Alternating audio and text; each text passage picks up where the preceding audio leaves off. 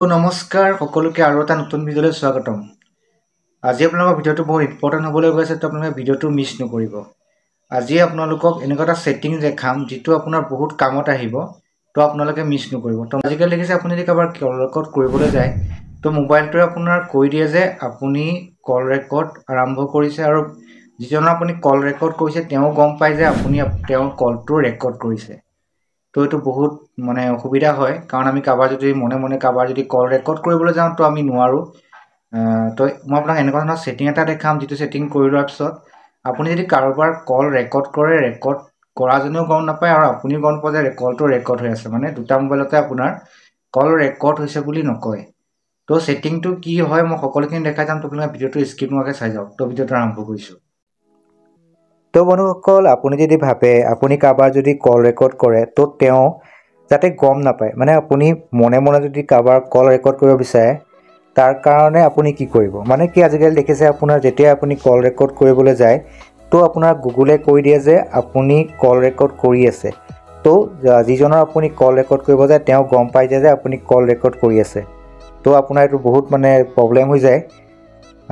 তাৰ কাৰণে আপুনি এটা উপায় আছে, আপুনি উপায়টো কৰি ল'লে তেতিয়া আপুনি যদি কল ৰেকৰ্ড কৰে তো তেওঁ গম নাপাব, মানে আপুনি একদম মনে মনে কল ৰেকৰ্ড কৰিব পাৰিব। তাৰ কাৰণে আপুনি কৰিব কি, আপুনি প্লে ষ্ট'ৰত যাব, তাত এটা এপ চাৰ্চ কৰিব লাগিব।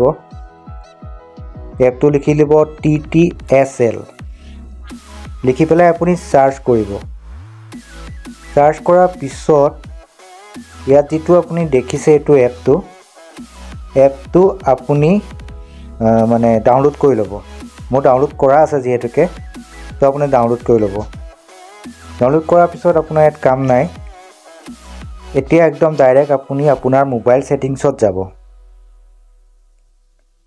তো ছেটিংছত গৈ আপুনি ইয়াত চাৰ্চ বাৰত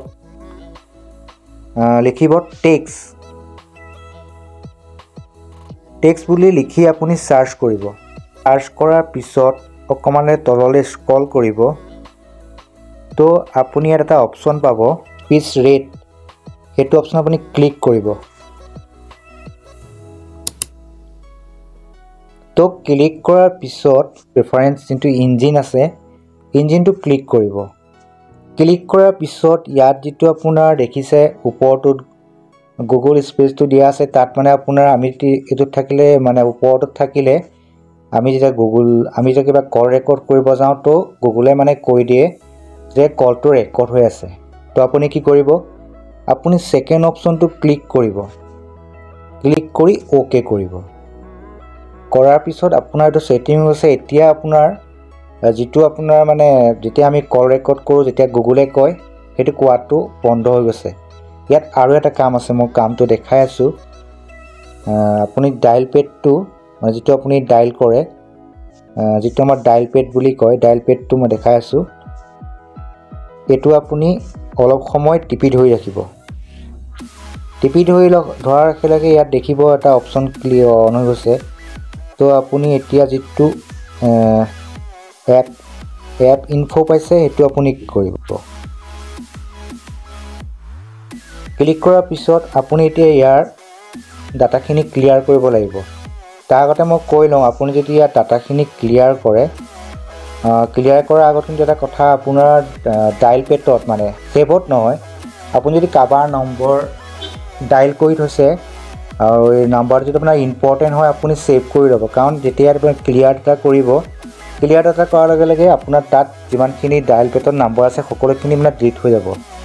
তো মই এতিয়া আপোনাক দেখাই আছোঁ কিদৰে কৰিব। তো ইয়াত দেখিছে ষ্ট'ৰেজ আৰু কাৰ্ডছ বুলি এটা আছে, এইটো আপুনি ক্লিক কৰিব। ক্লিক কৰাৰ পিছত ইয়াত দেখিব তলত ক্লিয়াৰ ষ্ট'ৰেজ, সেইটো আপুনি ক্লিক কৰিব। ক্লিক কৰি অ'কে কৰিব। অকল মই আপোনাক ডাইল কৰি আৰু ৰেকৰ্ড কৰি দেখাম যে কলটো কিদৰে আপোনাৰ ৰেকৰ্ড কৰিলেও তেওঁ গম নাপায়, ফ্ৰণ্টজনে গম নাপায়। আপুনি যদি কল ৰেকৰ্ড কৰে তো আপুনি যাৰ ৰেকৰ্ড কৰিছে তেওঁ গম নাপাব।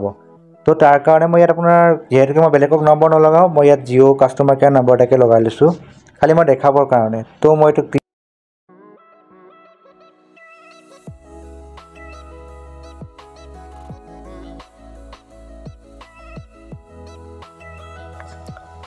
তো বন্ধুসকল, আপুনি এনেদৰে আপোনাৰ যিমান মানে আপুনি যদি ভাবে যে কোনোবা মানুহৰ যদি কল ৰেকৰ্ড কৰোঁ আৰু তেওঁ গম নাপায়, তো আপুনি এই ছেটিংকেইটা কৰি লোৱাৰ পিছত আপুনি লাগিলে এপটো কাটি দিব পাৰে। মই এইটো দেখাব পাহৰিলোঁ। তো আপোনাৰ যিটো এপ আছে এপটো আপুনি কাটি দিব। এইটো এপটো ইয়াত কাম নাই, তো মই এপটো ইয়াত কৰি আনইনষ্টল কৰি দিছোঁ। এপটো কাটি দিয়াৰ পিছতো আপোনাৰ যিটো ছেটিংছ হয় ছেটিংছটো মানে কৰি লোৱাৰ পিছত ছেটিংটো থাকি যাব। আপোনাৰ মোবাইলটো ছেটিংটো কৰি ল'ব। তো আপোনাৰ মোবাইলটোত যদিও আপুনি কাৰোবাৰ কল ৰেকৰ্ড কৰে তো তেওঁ গম নাপায় যে আপুনি কলটো ৰেকৰ্ড কৰিছে। ভিডিঅ'টো চাই কেনে পালে মোক কমেণ্ট কৰি জনাব। লগতে যদি আপোনালোকৰ চেনেলটো নতুন হয় চেনেলটো ছাবস্ক্ৰাইব কৰি থ'ব। তো এনেকুৱা ধৰণৰ ভিডিঅ'সমূহ সদায় পাই থাকিব। তো আজিলৈ ইমানেই। তো বাই বাই।